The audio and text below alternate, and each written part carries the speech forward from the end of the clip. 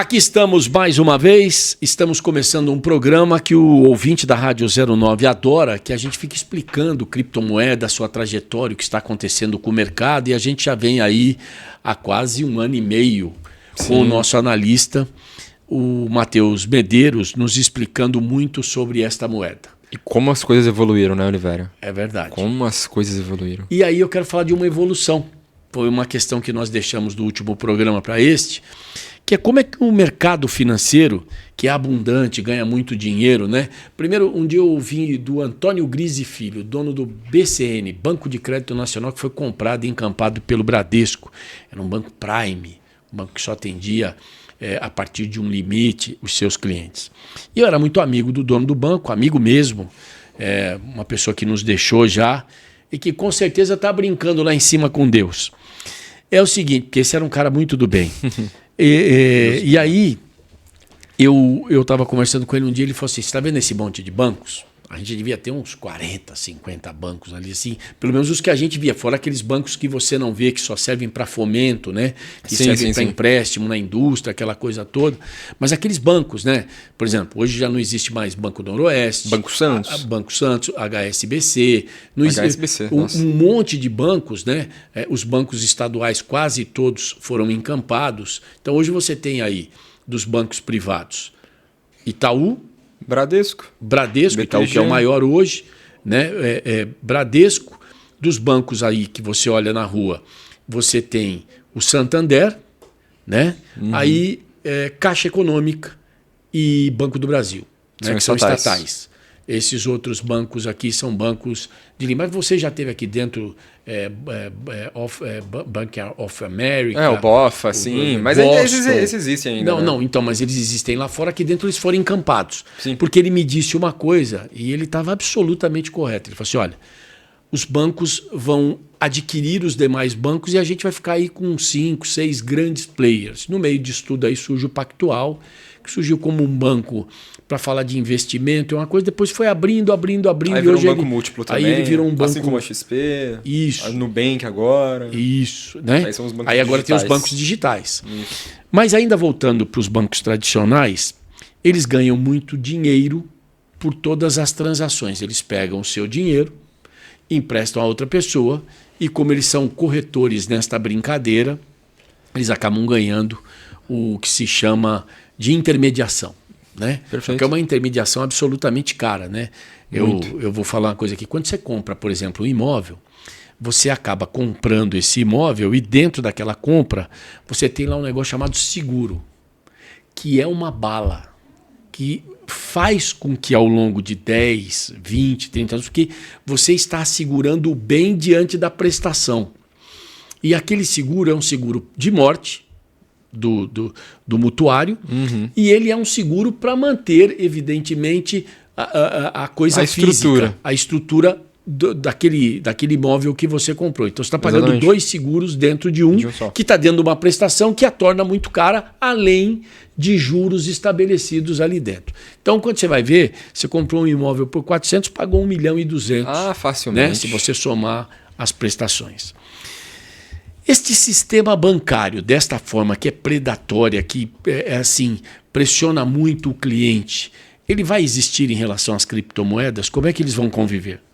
É muito difícil, obviamente, a gente falar que um sistema financeiro tradicional que existe há não sei quantos anos dentro de um país e simplesmente acabe de uma hora para outra. Eu não vou ser o maluco que vai falar isso, apesar que tem gente que fala, né? Mas eu acho que não. Eu acho que assim... Ou os bancos vão ter que se reinventar? Também.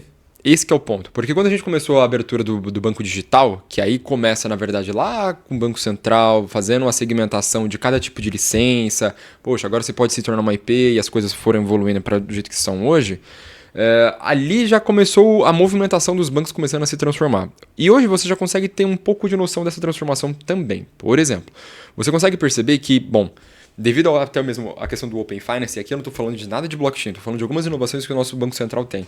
Devido ao Open Finance, você consegue ter uma noção do que é o seguinte, todos os bancos estão te oferecendo a mesma coisa. Estou falando de produto financeiro.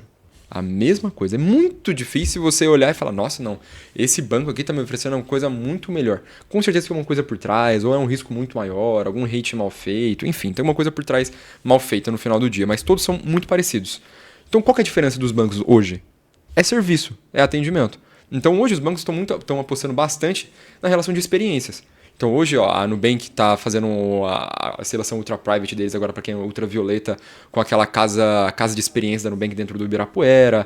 O BTG agora comprou uma parte ali do saguão do Aeroporto Internacional de Guarulhos para só do cliente BTG private deles lá. Então os bancos estão indo para essa linha. Porque falando de produto, não muda nada. E o banco cada vez mais está se tornando digital, né? A gente vê porque é uma questão de custo, Olivério. Porque a gente vê que é o seguinte, as agências minguaram. Você tinha muitas vezes... Eu acho que eu sou encerrador de agências, porque aí eu vou para aquela agência, a agência fecha, vai para uma outra. Aí vai na outra e encerra também. Isso tem acontecido. Eu perto de casa, eu tinha Itaú, fechou. Santander, fecharam 2. E eles estão fechando. E a gente está... Então está cada vez mais difícil e você está sendo cada vez mais colocado na forma de que você tem que ir para o digital.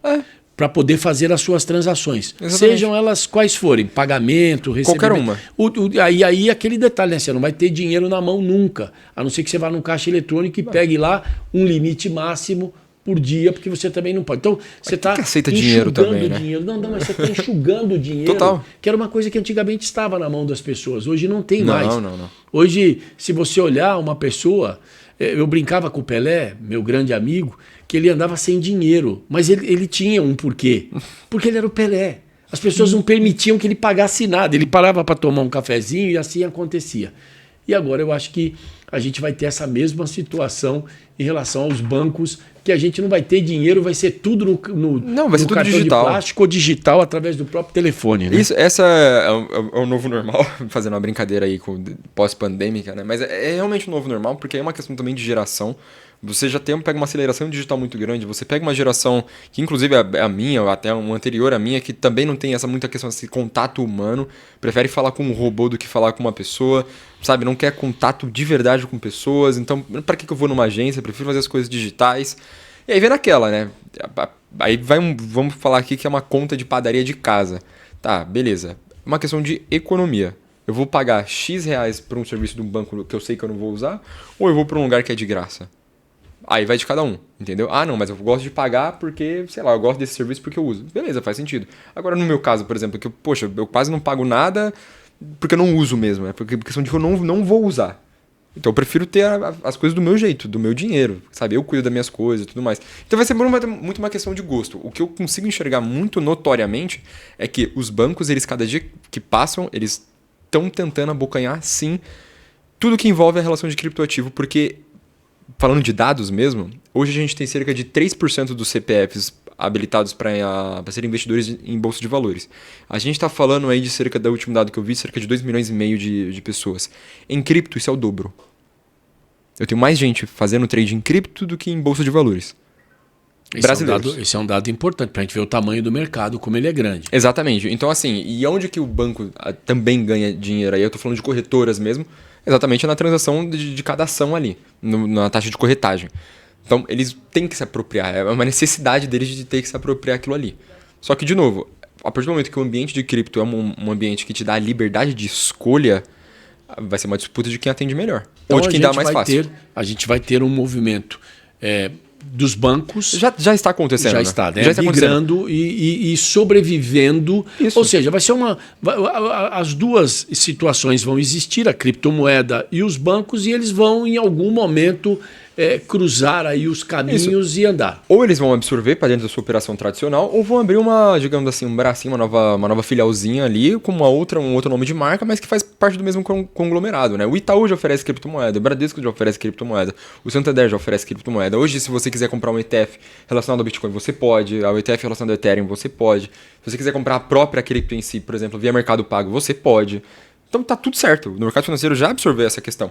Agora quantas pessoas utilizam isso daí? São poucas. A maioria, querendo ou não, utiliza mais corretoras tradicionais mesmo, assim. Já sabe que é específica para cripto. Então estamos encerrando mais um episódio aqui e na semana que vem a gente volta com o nosso Matheus Medeiros mais uma vez desvendando esse mundo das criptomoedas, as moedas digitais, enfim, todo esse mundo muito vasto de informação e que a gente precisa colher essas informações para lidar com elas no nosso dia a dia. Lembrando sempre, faça sempre a sua pesquisa, do your own research. Muito obrigado, gente. Vamos para mais um ano incrível e obrigado sempre pela sua atenção. Grande abraço a você.